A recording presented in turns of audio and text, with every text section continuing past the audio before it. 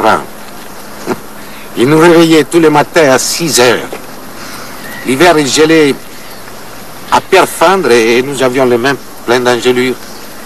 Ah oui, j'avais 10, 11 ans. Ils m'ont mis dans la 3e division, que c'était celle des plus jeunes. Et mon frère Casimiro, qui avait à peu près un an et demi de plus que moi, s'est retrouvé dans la 2e division.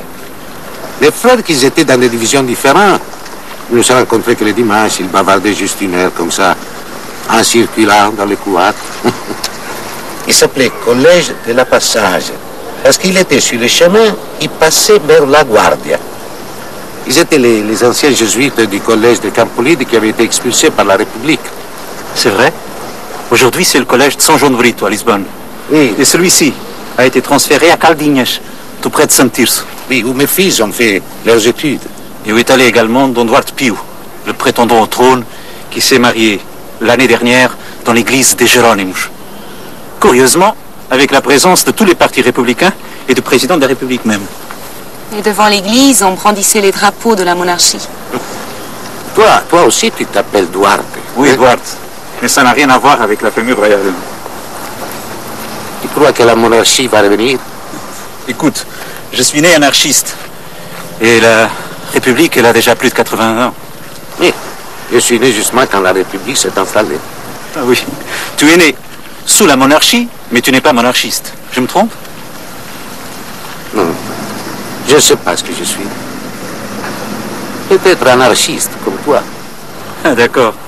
Mais la monarchie n'a pas été nécessaire pour que les jésuites reviennent au Portugal. En tout cas, en Espagne, elle est revenue, la monarchie. Laisse donc la monarchie et dis-moi si on vous traitait bien là-bas au collège. Oh, la discipline était très stricte. J'en ai reçu des coups de férule. Tous les jours, on avait messe et communion. C'est normal, dans un collège de religieux. Et surtout des jésuites. Et le reste? Le reste? Oui.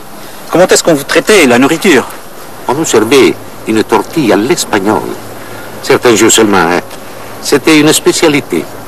Jamais aucun lait qui est passé là n'a pu oublier un tel régal.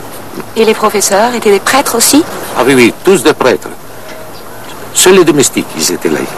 Les jésuites ont toujours été de bons professeurs. C'est moi qui étais un mauvais élève. Et je me tenais mal. Ce que j'ai pu recevoir comme gâteau. Ah, on te donnait des gâteaux? Oui, des gâteaux. On appelait ça des gâteaux. Mais ça n'a rien à voir avec des gâteaux en sucre. Non, mademoiselle, c'était des coups de férule. Infligés sans aucune indulgence. Donc, il ne t'en est resté aucun regret? Il me reste les mains qui brûlent encore. Et quand tes mains tu brûlais, tu ne te sentais pas un martyr comme un de ces saints qui étaient soumis à la torture? Tu sais, Judith, il suffit d'un regard de femme, un certain regard, parce qu'un homme endure le martyr. Oui. Quelle sorte de martyr? Celui de réfréner ses désirs. Est-ce que tu n'as jamais eu envie d'être prêtre? Un père jésuite comme tes supérieurs au collège? Ou est-ce que les prêtres n'ont pas de désir? Ah, Judith, ta question est non seulement indiscrète, mais elle est perverse. Est-ce qu'il y a de la malignité dans la vocation d'un prêtre? C'est ta question qui est pleine de malignité. Mais je vais te répondre. Le sacerdoce passe par le renoncement au sexe. Et moi, il suffirait que je pense à une femme. Une femme comme toi, par exemple, pour renoncer au sacerdoce. C'est un compliment? C'est bien plus que ça. Tu veux dire que tu péchais par la pensée? Je dis, il y a si longtemps. Est-ce que par hasard tu en as commis d'autres? Allez, réponds. Est-ce qu'au moins tu confessais ces péchés? Tous les jours avant d'entendre la messe, je me confessais et j'ai communié. Moi et tous les autres, c'était la règle, non seulement jésuite, mais catholique. Et tu te sentais plus léger après? Tu sais, Judith, si ça t'intéresse tellement, de savoir mes pensées intimes. Nous pouvons en parler plus tard, hein, tête à tête. Non, non, non, non, non, non. Ça ne m'intéresse absolument pas. D'ailleurs, je ne faisais que des comparaisons. Tu sais, moi aussi, j'ai été élevée chez les religieuses. Alors, tu sais ce qu'il en est. Sauf que tu es très belle et jeune. Et que je suis sur la pente descendante, boiteux, et que j'ai vieilli. Tu exagères. Ou alors tu es masochiste.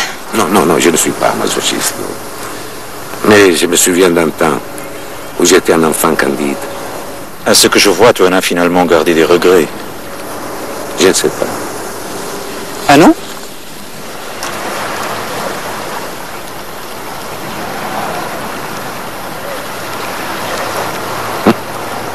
Non. Mais ça me fait du bien de me souvenir de ce temps-là. Un temps qui ne reviendra plus. Et toi, Judith, tu ne le sais pas non plus? Je regarde dans les jumelles. Tu regardes quoi? Si tu pêchais? Non. Le collège. La Judith de la Bible, l'héroïne juive, pour sauver la ville de Béthulie, séduisit Holoferne, le général assyrien, et profitant de son sommeil, elle lui coupa la tête. Au petit matin, l'armée vit la tête de son chef pendue sur les murailles de la ville. Démoralisés, les Assyriens ont abandonné le siège. Oui, mais quel rapport avec le collège? Je le disais à cause de ta beauté et de ton nom. Je ne suis ici pour séduire qui que ce soit. Tu me confonds, je ne suis pas cette Judith. Et d'ailleurs, dans mon collège, il n'y avait pas d'armée. Dans celui-ci, il y avait des prêtres. Qui ne reviendront plus. Mais pourtant, le bâtiment est là. Oui. Mais non plus ce qu'il était. Je ne sais pas d'ailleurs ce que c'est devenu aujourd'hui. Tu sais à quoi me fait penser cette distance qui nous sépare de lui, Alphonse? Non, je vois pas. Un temps qui sépare un autre temps qui, avec le temps, devient maintenant présent. Dit de cette façon, j'arrive à me sentir coupé de mes souvenirs. C'est moi qui en suis coupé. Ce fleuve n'est pas celui de chez moi. Ce n'est pas non plus celui de chez moi. Mon fleuve est un fleuve d'or. Un fleuve d'or? Oui, oui. Il est toujours en or, le fleuve de chez soi, mais le mien on l'appelle le Douro, qui ça peut signifier d'or. Je comprends. Celui-ci, c'est le Minho, qui nous sépare d'Espagne. Il est beaucoup plus large que le mien et ténébreux. Ténébreux? Je le trouve calme. En ce moment, il a l'air calme. Mais pendant les sombres journées d'hiver, chaque fois nous revenions après la fête de la Noël, le fleuve faisait peur. Devant la barque, les vagues se creusaient comme un peu mer. C'était une barque noire qui nous emportait vers l'autre rive. Elle piquait du nez et moi, gamin que j'étais, je croyais que ces vagues allaient nous engloutir tous. Pitié pour nous.